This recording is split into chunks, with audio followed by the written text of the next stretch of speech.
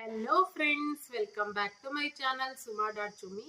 So ನಾನು ಮಾತಾಡ್ತಾ ಇದ್ದೀನಿ ಇವತ್ತೊಂದು ಸಣ್ಣ ಮೊರಾಲಿಟಿ ಸ್ಟೋರಿ ಬಗ್ಗೆ.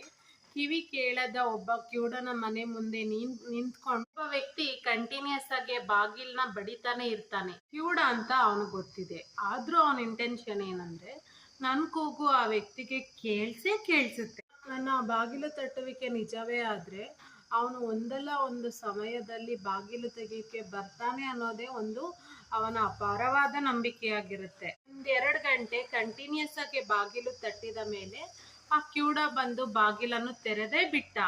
ಆಹಾ ಆಹಾ, ವಾಟ್ ಅ ಮೆಡಿಕಲ್ ಮಿರಾಕಲ್! ನನ್ನ ಪ್ರೇಮ, ನನ್ನ ಕೂಗು ನಿಜ ಆಗೋಯ್ತು ಅಂತ ಅವನು ತುಂಬಾ ಓವರ್ ಆಗೇನೆ ಫೀಲ್ ಆದ್ರೆ ಅನ್ಕೊಂಡಿದ್ದಕ್ಕಿಂತ ನಿಜವಾದ ಫ್ಯಾಕ್ಟ್ ಏನಂದ್ರೆ ಮನೇಲಿದ್ದ ಒಂದು ಕ್ಯೂಡನ್ಗೆ ಅವನು ಹೊರಗೆ ಹೋಗೋ ಅವಶ್ಯಕತೆ ಬರುತ್ತೆ. ಬಂದು ಬಾಗಿಲು ತೆಗಿತಾನೆ. ಅವನ ಕೂಗಿಗೆ ತೆಗಿಲಿಲ್ಲ, ಅವನ ಮನ್ಸಿಗೆ ಅನ್ಸಿದ್ಕೆ and it's purely coincidence ಅಷ್ಟೇ. ಅವನ್ ಕೂಗೋ ಬಾಗಿಲು ತಟ್ಟಿದ ಶಬ್ದ ಕೇಳಿಸ್ಲಿಲ್ವೋ, ಕ್ಯೂಡ ಬಾಗಿಲು ತೆಗ್ದಿಲ್ಲ.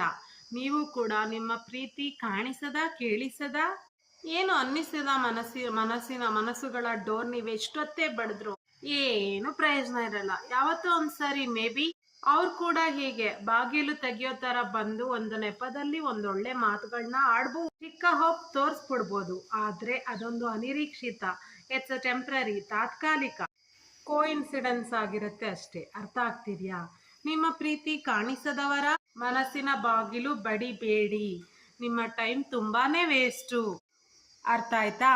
ಸೊ ಯಾರನ್ನು ಅಪಾರ್ಥವಾಗಿ ನಂಬಕ್ ಹೋಗ್ಬೇಡಿ, ಯಾರನ್ನು ಅನಿರೀಕ್ಷಿತವಾಗಿ ಭೇಟಿ ಮಾಡಿದೆ ಅಂತ ಖುಷಿ ಆಗಬೇಡಿ. ಅದೆಲ್ಲ ಒಂದು ದೇವರು ಅನಿರೀಕ್ಷಿತ ಆಘಾತ ಅಷ್ಟೇ. ಅವರು ನಮ್ಮ ಲೈಫಲ್ಲಿ ಪೂರ್ಣವಾಗಿರಲ್ಲ.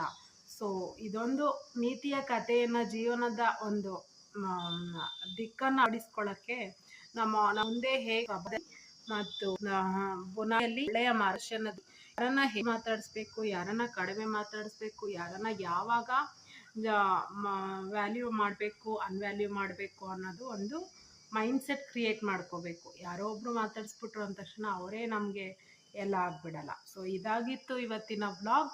ಸೊ ಇಷ್ಟ ಆಯಿತು ಅಂತ ನಾನು ಭಾವಿಸ್ತೀನಿ. Suma signing off from Suma dot Chummi channel. Thank you.